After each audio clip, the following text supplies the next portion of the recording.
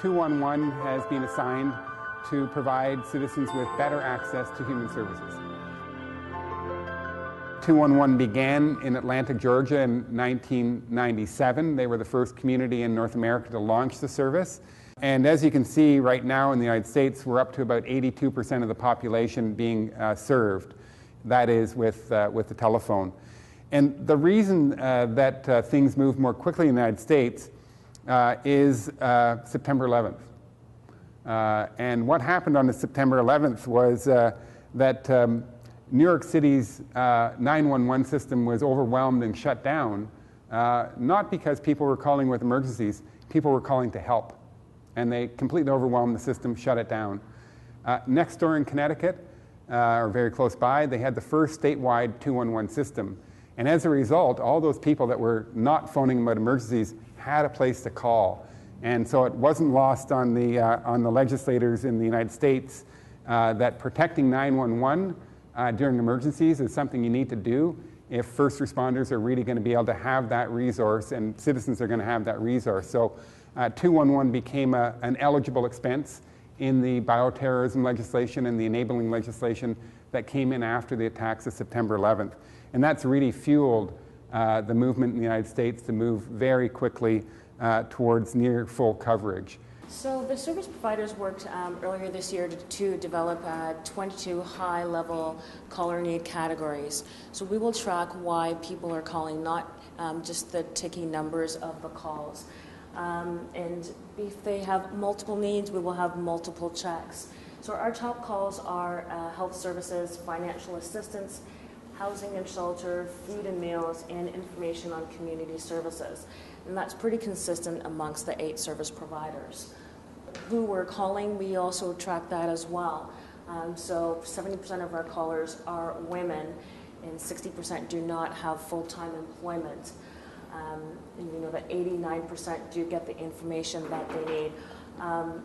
If we are not able to find the information that callers are looking for, we don't just leave them hanging. We will continue to search, and we will do follow-up, and we will call them back. We are required to do mandatory follow-ups for clients who are in endangered situations, but we also do regular follow-ups just randomly to make sure callers get the service that they need, as well as they follow up on the services that they were provided with.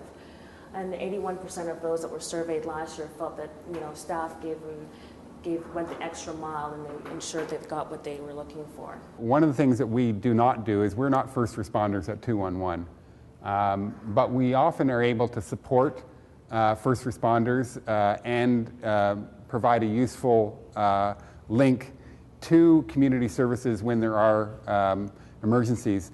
Oftentimes coupled with emergency is a spike in demand and need for human services. And there's been some pretty dramatic examples of that. But we've been attempting to try and integrate 211 into the local emergency plans where we can. Where we most often fit in is in terms of citizen inquiry and some cases in terms of volunteer management, depending on the other resources in the community. One of the struggles that we often have is that while we have many wonderful services, the distribution of those throughout the province is not equal. So in many cases, we need to kind of tailor what 211 does depending on the other services and supports that might exist in the community. So there are terrific, as Carroll mentioned, volunteer centers in some communities. In other communities, we don't have any. So, some places we have an easy referral. In other places, you end up doing it yourself through 211. And so that's the same thing that can exist with respect to emergencies. A lot depends on the local circumstance and the connections that have been made.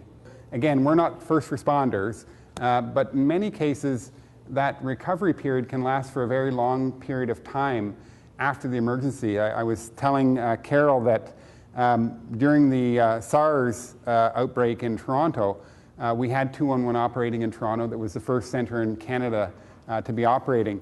And one of the things that we did was people heard about the impact on healthcare workers, but the really big impact from a numerical point of view was all the people that work in the hospitality sector. those people were displaced from their work as a result of all the conventions not coming to Toronto when SARS broke out. And so there was massive layoffs in the hospitality sector. Molson set up a fund to assist those displaced workers and help them find other jobs. And we used 211 as the intake for those displaced workers in order to connect them with the various supports that they needed in order to keep their families, keep dinner on the table, keep a roof overhead, all those kinds of things. And that went on for a year because those conventions did not come back right away. So that recovery period from an emergency can last for a very long period of time. And first responders are really designed to deal with the emergency, but the human cost, the human toll can stretch out for quite a long period of time. And that's where 211 really fits in terms of dealing with emergency situations. So staff are able to work with those callers who do have barriers, and we will ask for their permission first, but we will also then, we will call the agencies and we will make sure it does meet their needs or the needs of their family. It is available through TTY, or in some of the centers they do have TextNet or chatting capabilities to connect with the deaf and the hard of hearing. We will provide assistance to those who are housebound or immobilized, and we will do referrals to lower limited income citizens for free or minimal cost services. So basically our services, we're looking for those that are cost effective for those callers. Where staff are trained to deal with the endangered situations, again, we do have those protocols in place with our 911, and we are able to assist if we feel that the caller is not able to, doesn't have that capacity or may not follow through, and it's a situation where they really should follow through. And we are trained very well to deal with those callers or those situations. Here's a couple of caller need stories. So again, the first call that I'm talking about, mother calls about an 18-year-old son who's gay, at risk of homelessness after coming out. And so the situations are in many cases complex. So this again describes a bit of a complex situation that has a housing component to it, but probably a discrimination component to it, other kinds of components to it. So the solution was to try and connect this youth to a shelter, to some temporary financial assistance, and to provide the emotional support that they may need in order to deal with coming out. And so in those kinds of circumstances, we often look for support groups and other kinds of organizations in the community that can provide the emotional support as well as the obvious needs in terms of financial and housing. The next one that's highlighted here is single mother in a wheelchair, has been in the shelter for too long, but has multiple barriers. So again, these are the cases where you end up trying to be as creative as you can in terms of connecting the client to available resources. And in some cases, the resources that we've already connected them to are time limited.